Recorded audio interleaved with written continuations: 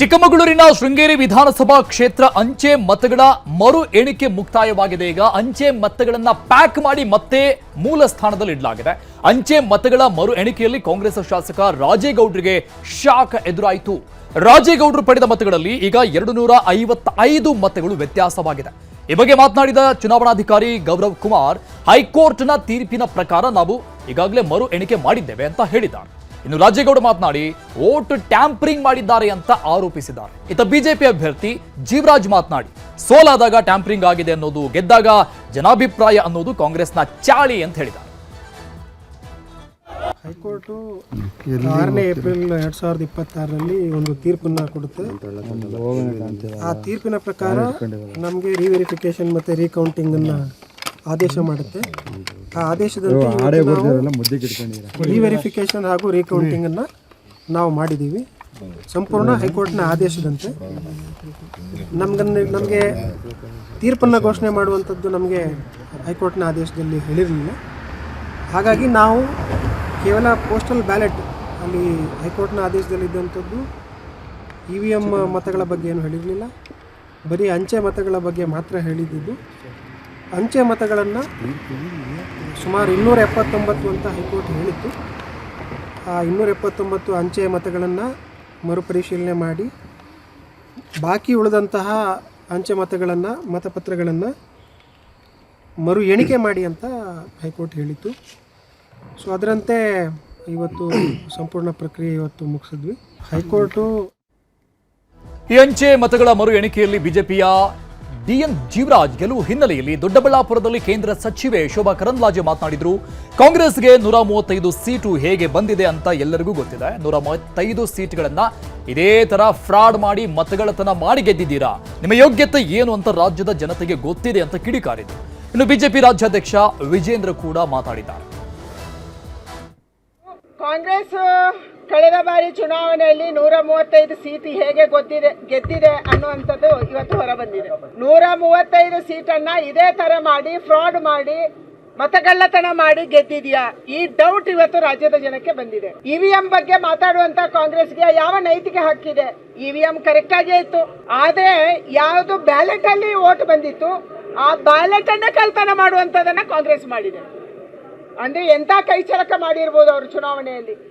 ಇವತ್ತು ನಿನ್ನೆ ಕೋರ್ಟು ಕಳೆದ 3 ವರ್ಷದಿಂದ ಜೀವರಾಜ್ ಅವರು ನಿರಂತರವಾಗಿ ಕೋರ್ಟಲ್ಲಿ ಫೈಟ್ ಮಾಡ್ತಾ ಇದ್ದಾರೆ. ನಾವು ಕೂಡ ಅವರಿಗೆ ನೈತಿಕ ಬೆಂಬಲವನ್ನು ಕೊಟ್ವಿ, ಯಾಕಂದ್ರೆ ಆ ಕಾಲದಲ್ಲಿ ನಾನು ಅಲ್ಲಿಯೇ MP ಆಗಿದ್ದೆ. ಕೊನೆಗೂ ಅವರು ಗೆದ್ದಿದ್ದಾರೆ. ನಿನ್ನೆ ಎಲ್ಲ ಗಲಾಟೆ, ಈ ಚುನಾವಣೆ ಕೌಂಟ್ ಆಗೋದಕ್ಕೆ ಮೊದಲೇ ಕಾಂಗ್ರೆಸ್ ಅವರು ಪಟಾಕಿ ಹೊಡೆದ್ರು, ಅಂದ್ರೆ ಅಲ್ಲೂ ಮ್ಯಾನಿಪುಲೇಟ್ ಮಾಡಕ್ಕೆ ಹೊರಟಿದ್ರು ಸರ್ಕಾರ ಹಿಡ್ಕೊಂಡು. ಕೊನೆಗೂ ಸತ್ಯಕ್ಕೆ ಜಯ ಆಗಿದೆ. ಜೀವರಾಜ್ ಅವರು ಗೆದ್ದಿದ್ದಾರೆ. ಕಾಂಗ್ರೆಸ್ ಮತಗಳ್ಳತನ ಮಾಡ್ತಾ ಇದೆ, ಅವರಿಗೆ ಬ್ಯಾಲೆಟ್ ಪೇಪರ್ ಇದ್ರೇನೆ ಕಳ್ಳತನ ಮಾಡಕ್ಕೆ ಸರಿ ಇದೆ ಅನ್ನುವಂಥದ್ದನ್ನ ಅವರು ದೇಶಕ್ಕೆ ಇವತ್ತು ತೋರಿಸಿಕೊಟ್ಟಿದ್ದಾರೆ. ಇದು ಕಾಂಗ್ರೆಸ್. TBIಗೂ ಅದಕ್ಕೆ ಬ್ಯಾಲೆಟ್ ಕೇಳ್ತಾ ಇದ್ದಾರೆ, ಅಲ್ಲೂ ಕಳ್ಳತನ ಮಾಡ್ಬೋದು ಅಂತ. ಕಳ್ಳತನಕ್ಕೆ ಮತ್ತೊಂದು ಹೆಸರಂದ್ರೆ ಕಾಂಗ್ರೆಸ್, ಇದು ಗೊತ್ತಾಗಿದೆ ದೇಶದ ಜನಕ್ಕೆ. ಜೀವರಾಜ್ ಅವರು, ನಮ್ಮ ಜೀವರಾಜ್ ಅಣ್ಣವರು 56 ಮತಗಳಿಂದ ಗೆದ್ದಿದ್ದಾರೆ ಅನ್ನುವ ಸಮಾಚಾರವನ್ನು, ಶುಭ ಸುದ್ದಿಯನ್ನು ಅವರು ಕೂಡ ನೀಡಿದ್ದಾರೆ. ಅದು ಎಲ್ಲೋ ಒಂದು ಕಡೆ ಕಾಂಗ್ರೆಸ್ ಅವರು ನಮಗೆ ಬರ್ತಾ ಇರ್ತಕ್ಕಂಥ ಮಾಹಿತಿ ಇಲ್ಲಿ ಅಧಿಕಾರಿಗಳ ಮೇಲೆ ಸಾಕಷ್ಟು ಒತ್ತಡವನ್ನು ಹಾಕುವಂಥ ಕೆಲಸ ಮಾಡ್ತಾ ಇದ್ದಾರೆ. ರಾಜೇಗೌಡರು ಹೈಕೋರ್ಟಿಗೆ ಹೋಗೋದಕ್ಕೆ ಅವ್ರಿಗೆ ಸಮಯವನ್ನು ಕೊಡಬೇಕು ಅನ್ನೋ ಒಂದು ಕುತಂತ್ರವು ಕೂಡ ನಡೀತಾ ಇದೆ ಅನ್ನೋದು ಕೂಡ ಕೇಳ್ತಾ ಇದ್ದೇವೆ.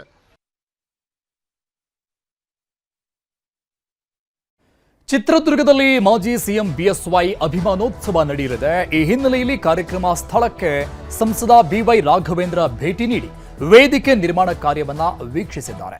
ಊಟದ ಕೌಂಟರ್, ಪಾರ್ಕಿಂಗ್ ಝೋನ್ ಕುರಿತು ಮಾಹಿತಿ ಪಡೆದರು. BY ರಾಘವೇಂದ್ರಗೆ ಮಾಜಿ ಸಚಿವ MP ರೇಣುಕಾಚಾರ್ಯ ಸಾಥ್ ಕೊಟ್ಟರು. ಇದೇ ವೇಳೆ ದಾವಣಗೆರೆ, ಶಿವಮೊಗ್ಗ ಭಾಗದ ಹಲವು ಮುಖಂಡರು ಭಾಗಿಯಾಗಿದ್ದರು.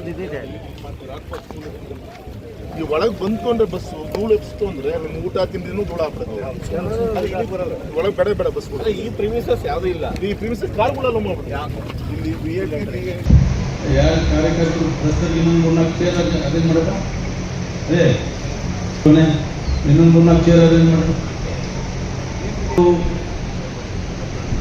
ಸಭೆ ಇನ್ನು ಚಿತ್ರದುರ್ಗದ ವಾಲ್ಮೀಕಿ ಭವನದಲ್ಲಿ ಬಿಎಸ್ವೈ ಅಭಿಮಾನೋತ್ಸವ ಕಾರ್ಯಕ್ರಮದ ಪೂರ್ವಭಾವಿ ಸಭೆ ನಡೆಯಿತು. ಬಿಜೆಪಿ ರಾಜ್ಯಾಧ್ಯಕ್ಷ ಬಿವೈ ವಿಜೇಂದ್ರ ನೇತೃತ್ವದಲ್ಲಿ ನಡೆದ ಸಭೆಯಲ್ಲಿ ಪ್ರಮುಖ ನಾಯಕರು ಭಾಗಿಯಾಗಿದ್ದರು. ಸಭೆಯಲ್ಲಿ ಚಿತ್ರದುರ್ಗ ಸಂಸದ ಗೋವಿಂದ ಕಾರಜೋಳ, ಮಾಜಿ ಶಾಸಕ ತಿಪ್ಪಾರೆಡ್ಡಿ, ಮಾಜಿ ಶಾಸಕ ಪ್ರೀತಂ ಗೌಡ ಸೇರಿ ಹಲವು ನಾಯಕರು ಭಾಗಿಯಾಗಿದ್ದರು. ಇದೇ ವೇಳೆ ಸಭೆಯಲ್ಲಿ ಪಕ್ಷದ 106 ಮುಖಂಡರು, ಕಾರ್ಯಕರ್ತರು ಭಾಗಿಯಾಗಿದ್ದರು.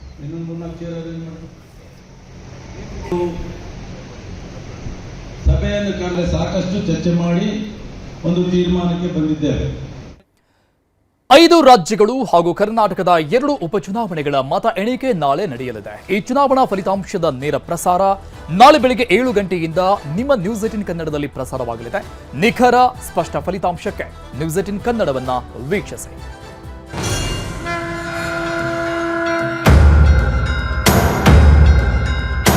5 ರಾಜ್ಯಗಳ ಮತ ಎಣಿಕೆ, 2 ಉಪಚುನಾವಣೆಗಳು.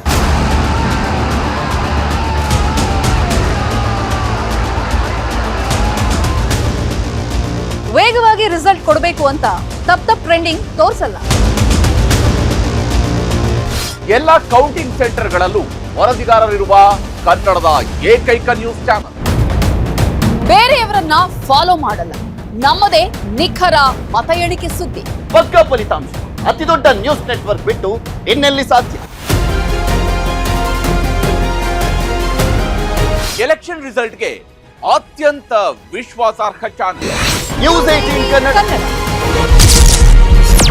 ಪಂಚ ತೀರ್ಪು 7 ಗಂಟೆಯಿಂದ ನಾನ್ ಸ್ಟಾಪ್ ನೇರ ಪ್ರಸಾರ. ಬೌರಿಂಗ್ ಆಸ್ಪತ್ರೆ ಗೋಡೆ ಬಿದ್ದು 7 ಜನ ಸಾವು ಪ್ರಕರಣಕ್ಕೆ ಸಂಬಂಧಪಟ್ಟಂಗೆ ಈ ದುರಂತದ ನಂತರ ಕಡೆಗೂ ಎಚ್ಚೆತ್ತುಕೊಂಡಿದೆ ಜಿಬಿಎ. ಅಪಾಯಕಾರಿ ಗೋಡೆಗಳನ್ನ, ಕಟ್ಟಡಗಳನ್ನ ತೆರವು ಮಾಡೋಕೆ ಜಿಬಿಎ ಈಗ ಸೂಚನೆಯನ್ನ ಕೊಟ್ಟಿದೆ. ಕಾರ್ಯಪ್ರವೃತ್ತ ಕೂಡ ಆಗಿದೆ. ದುರಂತದ ನಂತರದಲ್ಲಿ ಜಿಬಿಎ ಅಧಿಕಾರಿಗಳು ಎಚ್ಚೆತ್ತುಕೊಂಡು ಈಗ ಕಾರ್ಯಪ್ರವೃತ್ತರಾಗಿದ್ದಾರೆ. ಎಲ್ಲೆಲ್ಲಿ ಅಪಾಯಕಾರಿ ಗೋಡೆಗಳಿದ್ದಾವೆ ಅಂದ್ರೆ ಬೀಳುವ ಹಂತದಲ್ಲಿದ್ದಾವೆ, ಎಲ್ಲೆಲ್ಲಿ ಬೀಳುವ ಹಂತದಲ್ಲಿ ಶಿಥಿಲಾವಸ್ಥೆಯಲ್ಲಿರುವಂತಹ ಕಟ್ಟಡಗಳಿದ್ದಾವೆ, ಹಳೆ ಕಟ್ಟಡಗಳು, ಅವನ್ನ ತೆರವು ಮಾಡಲಾಗ್ತಾ ಇದೆ. ಜಿಬಿಎಯಿಂದ 5 ನಗರ ಪಾಲಿಕೆಗಳಿಗೆ ಸೂಚನೆಯನ್ನ ಕೊಟ್ಟಿರೋದು. ಬಿನ್ನಿಮಿಲ್ ರಸ್ತೆಯಲ್ಲಿ 300 ಮೀಟರ್ ಗೋಡೆಯನ್ನ ನೆಲಸಮ ಮಾಡಲಾಗಿದೆ. ಇನ್ನೂ 100 ಮೀಟರ್ ಗೋಡೆ ತೆರವು ಕಾರ್ಯ ನಡೀತಾ ಇದೆ ಸದ್ಯಕ್ಕೆ. ಇನ್ನು ಮಲ್ಲೇಶ್ವರಂನಲ್ಲಿ ಈಗಾಗಲೇ 240 ಮೀಟರ್ ಗೋಡೆ ತೆರವು ಮಾಡಲಾಗಿದೆ. ನಗರದಲ್ಲಿನ ಅಪಾಯಕಾರಿ ಗೋಡೆಗಳು ಎಲ್ಲೆಲ್ಲಿದೆ, ಎಲ್ಲೆಲ್ಲಿ ಅಪಾಯಕಾರಿ ಕಟ್ಟಡಗಳಿದ್ದಾವೆ, ಇವತ್ತೋ ನಾಳೆ ಬೀಳುತ್ತಾವೆ ಅನ್ನುವಂಥ ಸ್ಥಿತಿಯಲ್ಲಿರುವಂತಹ ಕಟ್ಟಡಗಳನ್ನ ತೆರವು ಮಾಡುವಂತಹ ಪ್ರಕ್ರಿಯೆಗಳನ್ನ ಕಾರ್ಯಪ್ರವೃತ್ತಿಯನ್ನ ಮಾಡಿರುವಂಥದ್ದು ಜಿಬಿಎ.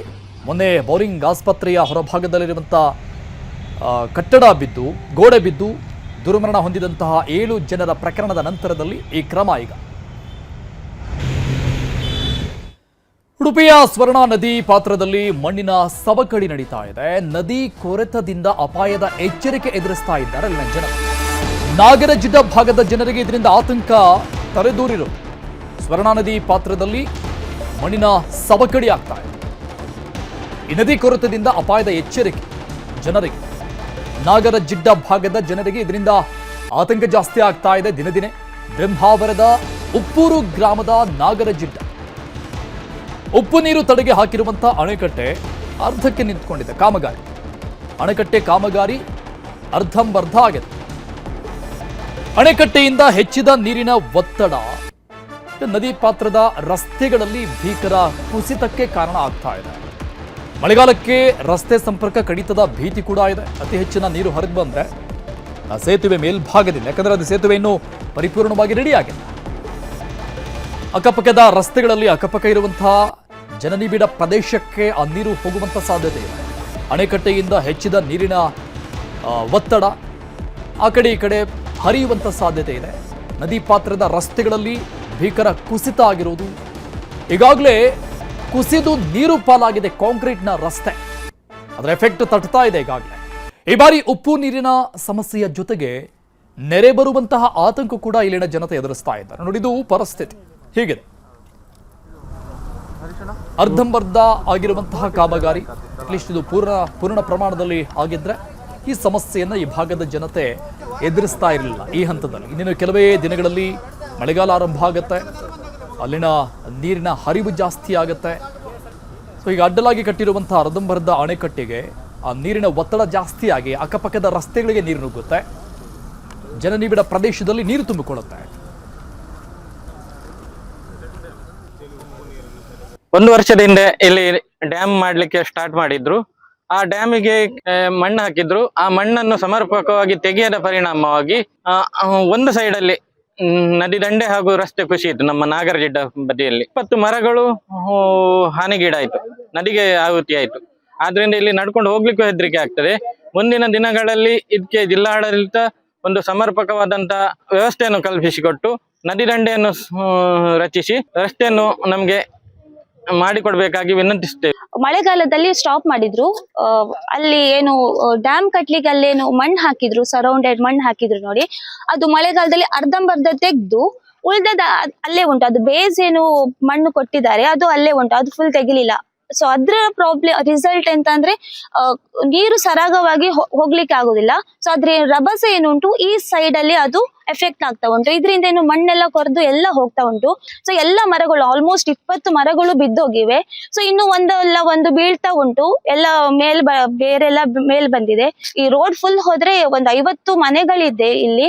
ಸೊ ಜನರಿಗೆ ಆಚೀಚೆ ಹೋಗ್ಲಿಕ್ಕೆ ತುಂಬಾ ಕಷ್ಟ ಆಗ್ತದೆ. ಸೊ ಆಲ್ಮೋಸ್ಟ್ ಆಕ್ಟಿವಿಟೀಸ್ ಎಲ್ಲ ಇದೇ ರೋಡ್ ಅಲ್ಲಿ ಆಗೋದು. ಸೊ ಏಜ್ಡ್ ಪೀಪಲ್ ಅವರಿಗೆಲ್ಲ ತುಂಬಾ ಕಷ್ಟ ಆಗ್ತದೆ ಸರ್. ಇದು ಆಶ್ರಮ ಕೂಡ ಉಂಟು. ಸೊ ನೈಟ್ ಟೈಮ್ ಅಲ್ಲಿ ಮಕ್ಕಳಿಗೆ ಅಥವಾ ಯಾರಿಗೂ ಹುಷಾರಿಲ್ಲ ಅಂದ್ರೂ ಕೂಡ ಸೊ ಹೋಗ್ಲಿಕ್ಕೆ ಆಗುದಿಲ್ಲ, ತುಂಬಾ ಕಷ್ಟ ಆಗ್ತದೆ. ಮಳೆಗಾಲದಲ್ಲಿ ಸ್ಟಾಪ್ ಮಾಡಿದ್ರು. ಅಲ್ಲಿ ಏನು ಡ್ಯಾಮ್ ಕಟ್ಲಿಕ್ಕೆ ಅಲ್ಲೇನು ಮಣ್ಣು ಹಾಕಿದ್ರು.